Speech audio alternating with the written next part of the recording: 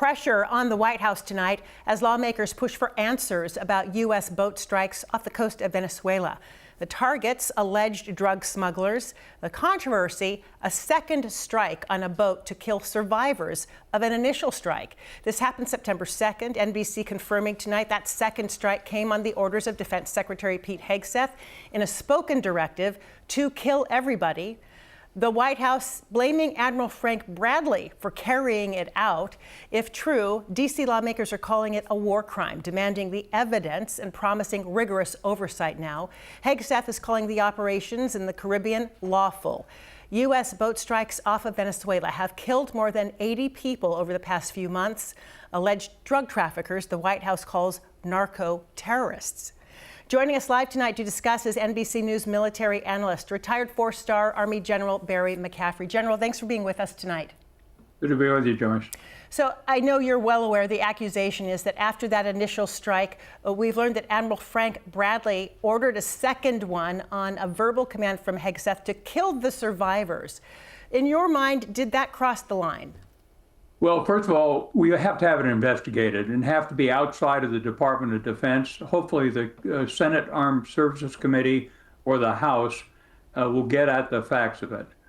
If it is as alleged, it's clearly an illegal order. It's a war crime.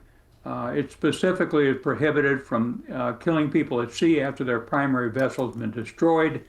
The admiral who received the order, verbal as it may have been from Hegseth, should not have transmitted it. He should have turned around and sent a written response back saying, we're not going to carry out this order, it's illegal. So we're in a really turning point where we've got to sort out what's going on. Why are we having 15,000 troops, primarily naval, tremendous armada, aircraft?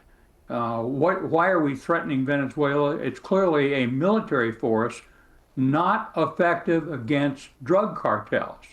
So my guess is what's really happening is Trump is trying to get Maduro out, easy or hard, and then get access to 300 million barrels of oil in Venezuela. I think that's what's actually going on. And regarding this particular incident, which happened September 2nd, and this alleged second strike, I just want our viewers to understand what is supposed to happen when there are survivors, people who survive an initial attack, and they're in the water. Well, I mean, it's quite clear that they should have sent in a helicopter and picked them up and interrogated them and given medical care if they're required. That's what we do with wounded soldiers in ground combat situations. Enemy soldiers. So it's shocking, and again, the admiral is going to bear some responsibility for this if it is as alleged that he got a verbal order from the Secretary of Defense to carry out this attack. It's completely unacceptable. But the bigger issue, again, is why are we using a powerful military force in the Caribbean threatening Venezuela? They're not the center of the drug industry. That's in Colombia with President Petro. They've tripled production in the last 10 years. So Venezuela is an offshoot transit country. Much of their cocaine, which does kill 29,000 people a year in America, much of their cocaine going to Europe. So again, where is Congress? Article 1 of the Constitution. There should be an authorization of the use of military force. The War Powers Act, you have to go over to Congress and tell him what he's doing.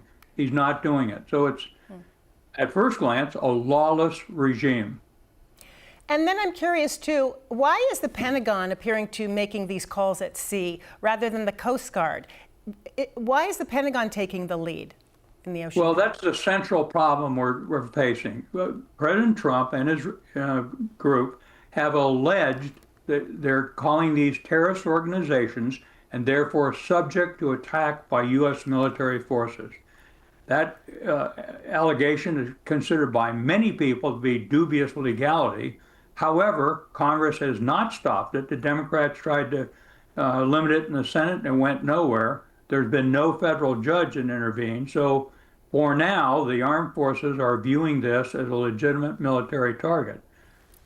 I want to also talk about this point of no evidence that we've seen so far. Without that evidence about whether these are in fact drug smuggling boats, and they may be, but we've not seen any evidence of that, what does it do for morale of the troops who are being called on to do these patrols, to carry out these orders?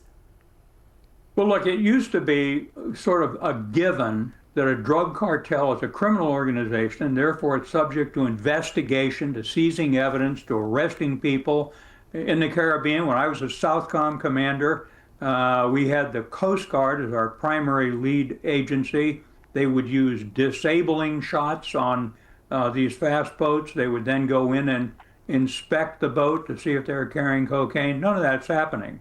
Now it's a basically shoot-on-sight operation. It is likely, extremely likely, that the majority of these strikes were drug smugglers being paid for profit to carry out these movements of drugs, probably mostly in the Caribbean islands, and then further shipment to Europe and the United States. But right now, there's no evidence collected. They're not interested in it. They're apparently trying to kill people and sort of terrify the drug cartels from sea transit of drugs. Of course, then they'll move to other means. It should be a law enforcement matter. General, I'm out of time, but I just have to ask you if you can, in 2 or 3 words, describe for us what you think the state of things are right now as you look at the military as a lifelong career person. Well, look, I think the Secretary of Defense is a disaster. He's a shallow, faux tough guy, not very intelligent, impulsive kind of person. But you know, at the end of the day, the President of the United States, we're going to kill them. They're going to be like dead. It sounds like a teenager in an action movie. So we're in trouble. The government of the United States is not acting responsibly.